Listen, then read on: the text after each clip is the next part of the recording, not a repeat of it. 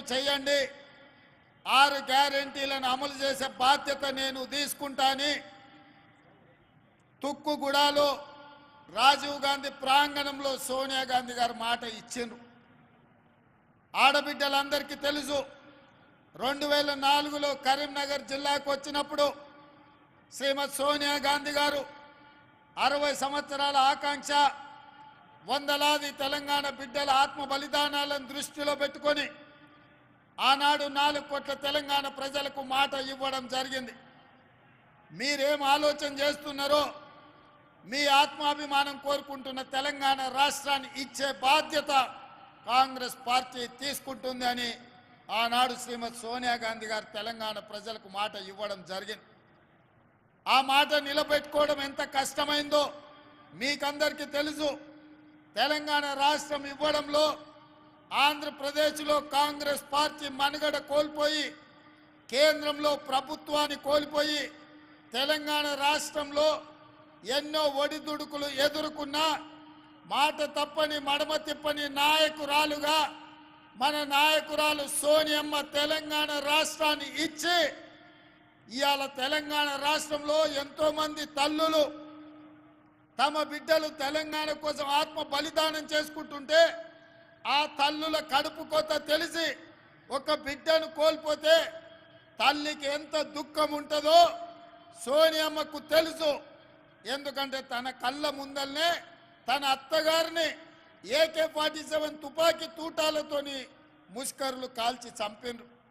తన భర్తను తమిళనాడులో ప్రజల మేలు కోసం పర్యటనకు పోతే మానవ బాంబులై రాజీవ్ గాంధీ గారిని బలి తీసుకుంటే కళ్ళ ముందు భర్తను కోల్పోయిన దుఃఖంతో 2 చిన్న బిడ్డలను ఒళ్ళో పెట్టుకొని ఈ దేశానికి నాయకత్వం ఇవ్వాలి, ఈ దేశంలో ఎవరి కుటుంబం కూడా కుటుంబ సభ్యులను కోల్పోవద్దు, ఆ దుఃఖం ఎవరికి ఉండొద్దు అని ఆలోచన చేసింది మన నాయకురాలు సోనియమ్మ.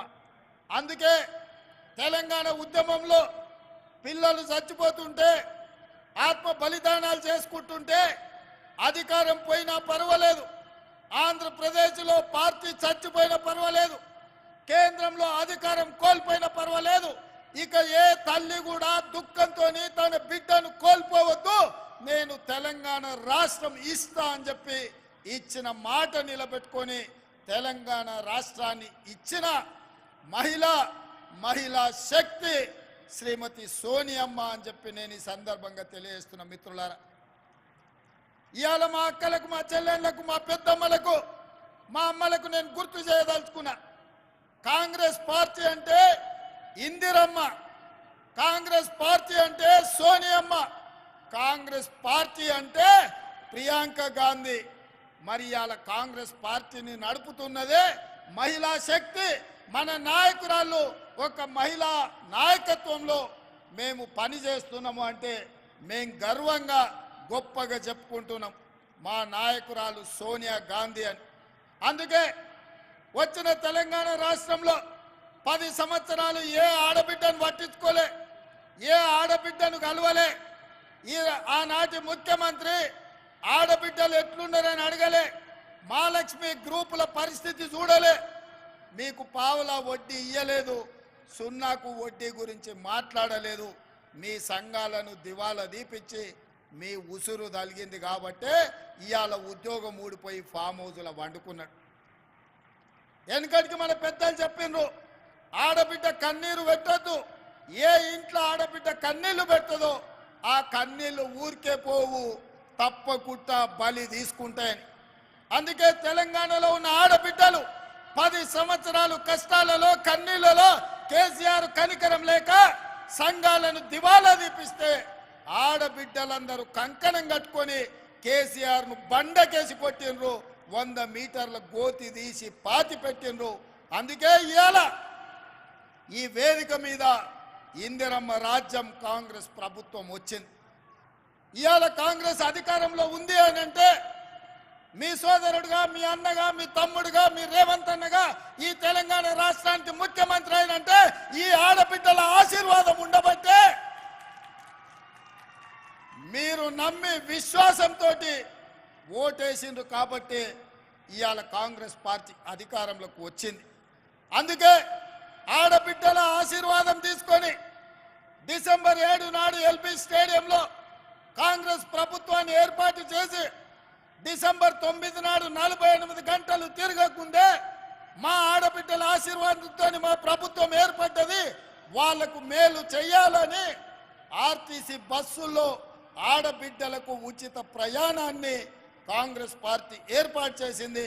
మా మంత్రివర్యులు పొన్నం ప్రభాకర్ గారి నేతృత్వంలో ఈ 92 రోజుల్లో 25 కోట్ల మంది ఆడబిడ్డలు బస్సుల్లో ఉచిత ప్రయాణం చేసి, అది భద్రాచలం రాములవారి గుడి కావచ్చు, సమ్మక్క సారలమ్మ దైవ దర్శనం కావచ్చు, యాదగిరిగుట్ట లక్ష్మీ నరసింహస్వామి కావచ్చు, అలంపూర్లో జోగులాంబ దర్శనం కావచ్చు, అదే కాదు ఇంటి ఆయన అప్పుడో ఇప్పుడో కోపం చేస్తే చెప్పా పెట్టకుండా అమ్మగారి ఇంటికి వణిక కావచ్చు, ఈ ఆర్టీసీ బస్సులో మా అక్కలు మా చెల్లెళ్ళు ప్రయాణం చేశారు.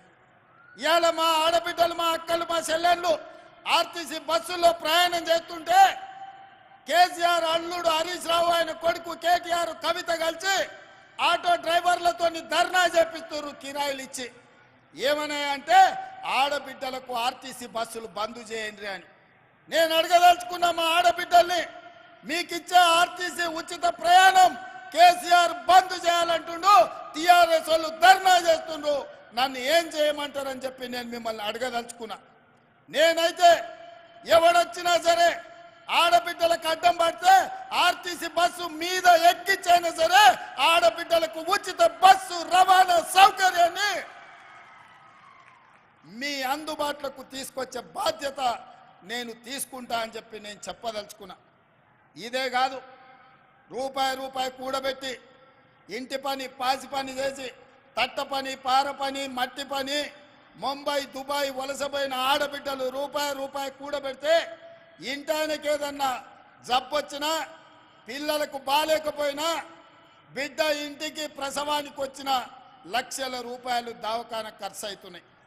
ఆనాడు పేదవాళ్ళ ఆరోగ్యం కోసం కార్పొరేట్ వైద్యాన్ని అందించాలని డాక్టర్ వైఎస్ రాజశేఖర రెడ్డి గారు ముఖ్యమంత్రిగా ఉన్నప్పుడు రాజీవ్ ఆరోగ్యశ్రీ ద్వారా ఆనాడు 2 లక్షల రూపాయల ఉచిత వైద్యాన్ని ఆడబిడ్డలకు ఆ రోజు అందించాడు. కానీ ఘనత వహించిన చంద్రశేఖరరావు వచ్చి రాజీవ్ ఆరోగ్యశ్రీని మొత్తం ఎక్కడ కాకుండా చేసింది. అందుకే ఇందిరమ్మ రాజ్యం వచ్చిన ఎమ్మడే కాంగ్రెస్ ప్రభుత్వం ఏర్పడిన మరుక్షణ